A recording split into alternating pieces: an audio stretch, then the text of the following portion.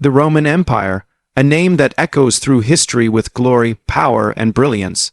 But behind that golden image of grandeur hid a world drenched in blood, cruelty, and madness. A world where emperors were treated like gods, and when men believe they are gods, humanity becomes their plaything. Today, we're diving deep into the darkest corners of ancient Rome to uncover the horrifying things some Roman emperors did. Just for fun, let's start with one of the most infamous names in history, Caligula. His real name was Gaius Julius Caesar Germanicus, but the world remembers him simply as Caligula, the Mad Emperor. When he first rose to power in 37 AD, people celebrated him as the young, promising heir to Rome's legacy. They thought he would bring justice and prosperity. Instead, what followed was a reign of sheer insanity.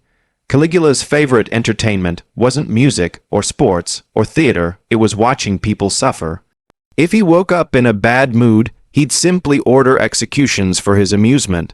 Sometimes he'd stroll through the marketplace, point at random people, and have them dragged away to be killed in the gladiator arena just to make him smile again. Once, during a lavish dinner party, Caligula suddenly grew bored. He stood up and told his guests, "Tonight, you will all be part of the show." The guests laughed nervously, thinking it was a joke. Moments later, his guards surrounded them and forced them into the arena to fight trained gladiators to the death. The same people who had been drinking wine with the emperor minutes earlier were slaughtered for his entertainment. But Caligula's madness didn't stop there. He adored his horse Incitatus more than most people. He had golden stables built for it, fed it oats mixed with gold flakes, and even made it a senator. He would say, "My horse gives better advice than most of you." Some historians claim he even planned to make the horse a consul, one of the highest positions in the Roman government, just to mock the Senate. He also believed he was a living god. He demanded that people worship him, build temples in his name, and address him as Lord and God. Those who refused were executed. His vanity and delusion reached such extremes that he marched his army to the sea and ordered them to attack the ocean, literally commanding his soldiers to stab the waves and collect seashells as trophies of victory against Neptune, the god of the sea. And then came the darkest side of his depravity. Caligula treated his own sisters as lovers, forced married women to sleep with him, and sometimes humiliated their husbands publicly afterward. He would take another man's wife during a feast, disappear with her into another room, and return minutes later to brag about her performance. His cruelty and insanity made him hated by all, even by his own guards. Eventually, they decided enough was enough. One day, as Caligula walked through his palace, his bodyguards surrounded him and stabbed him to death.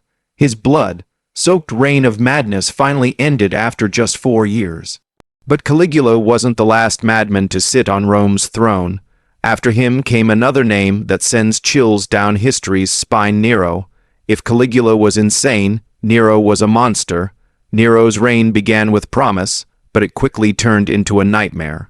He fancied himself an artist, a musician, and a god. He built giant statues of himself, performed on stage while forcing the Senate to applaud, and spent fortunes on luxuries, but nothing compared to the horror that came when Rome caught fire. In 64 AD, a massive fire broke out and burned for 9 straight days. The city turned to ash, people screamed in the streets, and thousands were left homeless. And where was Nero? According to legend, he stood on a balcony, watching his city burn while playing his lyre, singing, "How beautiful is this fire." When people began blaming him for starting the fire, claiming he did it to make space for his massive new palace, the Golden House, Nero needed a scapegoat. So he blamed the Christians. What followed was one of the darkest chapters in Roman history. Nero ordered Christians to be arrested, tortured, and killed in the most horrific ways imaginable. Some were torn apart by dogs in the arena. Others were crucified, and many were covered in tar, tied to poles, and set on fire to light Nero's garden parties at night. He would stroll through his gardens, surrounded by burning bodies, and call it a beautiful illumination. His cruelty didn't stop there. He murdered his own mother, Agrippina, by ordering her ship to be sunk at sea. When she swam to shore alive, he sent assassins to finish the job. He also killed his pregnant wife, Poppaea, by kicking her in the stomach during a fit of rage. And then, in an act that defines pure madness, he found a young boy named Sporus who resembled his dead wife, castrated him, dressed him like Poppaea, and married him, forcing everyone to treat the boy as empress. Nero was obsessed with being adored. He forced nobles to attend his endless performances, and anyone who showed boredom was executed. His delusion of grandeur consumed him until finally, Rome rebelled. When soldiers came for him, Nero couldn't face capture. His final words, before he slit his own throat, were, "What an artist dies in me." But even Nero's atrocities seem almost ordinary when compared to Emperor Commodus, the man who believed he was Hercules reborn. If Caligula and Nero were cruel, Commodus was delusional to the core. Commodus loved only one thing, himself. He ordered statues of himself dressed as Hercules, holding a club and wearing a lion's skin. He renamed Rome itself to Colonia Commodiana, meaning the colony of Commodus. The months of the year, also renamed after him. He even called the Senate his personal slaves, but his favorite hobby was fighting in the gladiator arena. He would stride into the Colosseum, dressed like a god, demanding to face opponents, but it was all a show. His opponents were forced to lose. Real gladiators were ordered to fight him with dull blades so that the emperor wouldn't get a single scratch. After every fake victory, he'd raise his hands to the crowd and shout, "See how mighty I am." Anyone who didn't cheer loudly enough risked execution. He once slaughtered hundreds of wild animals in a single day: lions, tigers, even elephants, just to show off his strength. He charged Rome an enormous fee for each of his fights, bankrupting the empire while calling it a gift to the people. His madness became so unbearable that even his closest allies plotted against him. One night, while he was bathing, his own wrestling partner strangled him to death, ending another era of lunacy. Then came Emperor Domitian, a man consumed by paranoia and power. Domitian saw himself as a god in human form. He forced people to address him as Lord and God, and surrounded himself with mirrors in his palace so he could watch for assassins. He trusted no one. Every day, he had servants replaced because he believed they were plotting to poison him. He executed anyone he suspected of disloyalty, sometimes just because they looked nervous. Domitian's reign was one of silence and fear. People in Rome didn't dare speak his name in public. He would sit in judgment, listening to cases, and if he didn't like someone's face, he'd signal his guards and that person would be executed on the spot. To him, killing wasn't punishment, it was entertainment. Eventually, his own wife and palace officials conspired to end his reign. He was stabbed to death in his bedroom, a fitting end for a man who trusted no one. And then there was Elagabalus, perhaps the strangest emperor of them all. He was only 14 when he became ruler, but his reign was so bizarre it makes even Caligula look sane. Elagabalus declared himself the high priest of a new sun god and forced Rome to worship it. He built a massive temple filled with gold and jewels, where he performed strange rituals, sometimes naked, sometimes dressed as a bride.